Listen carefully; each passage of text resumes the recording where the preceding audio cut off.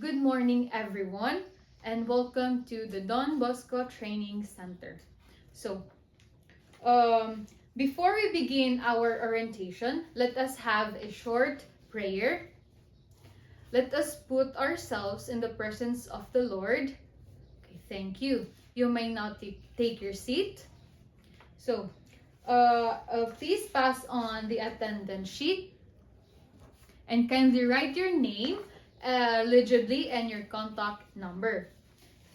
Okay, while others are signing the monitoring sheet, kindly submit all your other requirements such as the certificates and other related documents so that I can see where to put you in our formal training. By the way, I am now distributing the data gathering tool to further assess your qualifications and designate you properly to our competency-based training. Are you done? Okay. The last but not the least is the pretest. Don't worry, this will just measure your previous knowledge and skills so that I will know where to put you on our formal training. Alright, class, I already have here the attendance sheet and your documents. May I ask everyone to sit back and relax for our formal orientation. Today, I will be showing you our presentation on the Technical Education and Skill Development Authority, Don Bosco Training Center Incorporation in MSU Marawi City. So, here we are. We're going to discuss the competency-based training, the bread and pastry production NC2. So, our CBT, we have here the 10 principles of CBT, the comparative analysis between traditional education and CBT, role of the CBT trainer, role of the CBT trainee, workflow of the CBT. Okay, first one here is the competency-based training or the CBT. A training delivery approach that focus on the competency development of the learners as a result of the training. So moving on to the 10 principles in CBT. So the first one in here is the training is based on curriculum developed from the competency standard. The next one is learning is competency-based or modular in structure. The third one is the training delivery is individualized and self-paced. The fourth one is the training is based on work that must be performed. And the fifth one is training materials are directly related to the competency standard and the curriculum. The sixth one is the assessment of learners. If based on in collection of evidence of work performance based on industry or organizational required standard. The seventh one is the training is based on and of the job components and of the job components. So the eighth one, the system allows recognition or prior learning. The ninth one is the system allows for learner enter and exit programs at different times and levels and to receive an award for competencies attained in and at any point. And the last one is approved training programs are rationally accredited. Okay, now moving on to the comparative analysis between traditional education and the CBT. So in traditional approach, instructors focus on managing instruction, while CBT approach, trainees focus on managing the learning. In traditional approach, most students enter at about the same time. In CBT approach, trainees enter various time throughout the year. In traditional approach, students all cover the same materials, while in CBT approach, the different trainees may be training for different occupations with the same program. Lastly, in traditional approach, students all proceed from one topic to the next at the same time. In NCBT approach, each trainee moves on to next task only after mastering the task he or she is currently taking up. Now, moving on to the role of CBT trainer. So, first one in here is the CBT trainer serves as the team member to determine what is to be learned. The CBT trainer stimulates trainee motivations. The trainer manages learning, a constellation rather than a provider of information, a facilitator of the facilitator of the learning. The trainer diagnoses and solves learning problems. The trainer evaluates students' achievement, assess learner to obtain individualized reward, assess each trainee in designing and personalized plan of study, installs confidence in the learner by providing experience where learners may succeed, serves as a model for desirable work habits, attitude and task performance, and occupational field. Spends more time interacting with students on one-on-one or small group basis. Help those students who really need help. Accept responsibility along with the student for the task learned or not learned. Okay, the trainee. Now, moving on to the role of the CBT trainee. Okay, the trainee may select what they want to learn and when they want to learn within reasons. Trainees learn at their own rate within program guidelines. Trainees may request to receive credit for what they already know. Trainees may choose how they want to learn individually on a one-to-one basis, in small group, in large group, or with audio visuals.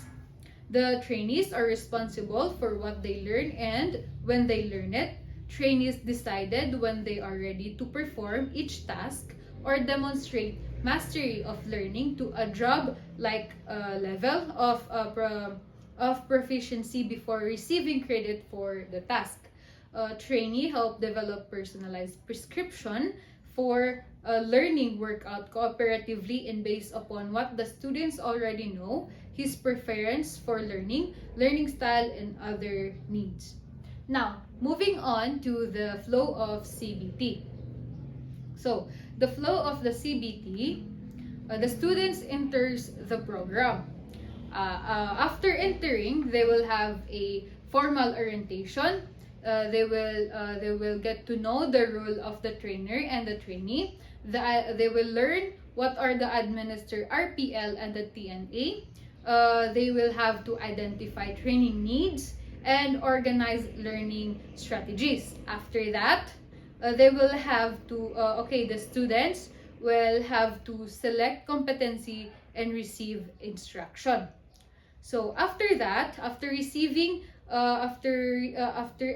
that, the student will review learning package, view multimedia materials, use manuals, observe demonstration, and practice skills in workshop. And lastly, receive assistance and feedback. So, the instructor observes the performance, and then the instructor rates the performance. So the students attempts to do the task, and the instructor will observe the performance and then rates the performance. So after that, after the students attempt the task, the student will also rate his or her own performance. So after the task, performance task, after each performance task, the instructor will will give you a yes or a no. A yes means it's satisfactorily performed competency, and a no is a have not competency been achieved. So now moving on to the qualification overview. So we have here the introduction, basic, common, and core competencies, competency-based learning module or CBLM, parts of the CBLM, the methodologies, monitoring tools, and evaluation tools. So now let us start with let me introduce you what is BPP in C2. So bread and pastry production in C2 is a technical vocational program that develops the skill of students in preparing and producing bakery, pastry, products, cakes, and desserts. So trainees in BPP and C2 program are trained in using modern baking techniques, equipment, tools and utensils, and other baking appliances. They are also taught about different presentation methods and sanitation and safety. So now, we have here the basic competency. Okay, so the first one in basic competency is participate in workplace communication. Second one is work in team environment. Third one is practice career professionalism. Last one is practice occupational health and safety production. So that is our basic competency. Now moving on to the common competency. So the first one is to perform workplace and safety practices, provide effective customer service, observe workplace hygiene procedures. The fourth one is develop and update industry knowledge. And the last one is perform computer operations. So that five competencies is our common competencies. And lastly, we have here the core competencies.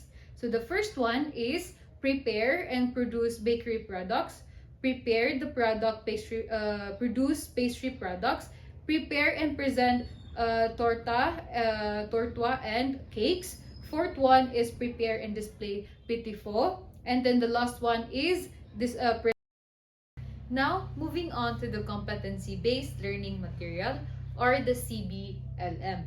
So, CBLM is simply a well-designed and carefully developed learning materials that give trainees detailed instruction to guide them through the learning process. So, CBLM refers to media that contain information related to work requirements, learning that is guided toward achieving competency required in a workplace, tools that facilitate individual learning process, instruments that measure the competency required in the workplace. So now moving on to the parts of the CBLM. So the first one in here is we have the front page, the list of competencies, module content, learning outcome summary, learning experiences, information sheet, self-check answer key, operation task or job sheet, performance criteria checklist, and lastly, the reference. So now moving on to the methodologies. In methodologies, we have the self-paced and demonstration. Now moving on to the monitoring tools. We have here the two monitoring tools, which is the achievement chart and the progress chart. So now, lastly, we have the evaluation tools. So in evaluation tools, we have the written test, direct observation, pre-test, post-test, and performance test, and lastly, the oral questioning.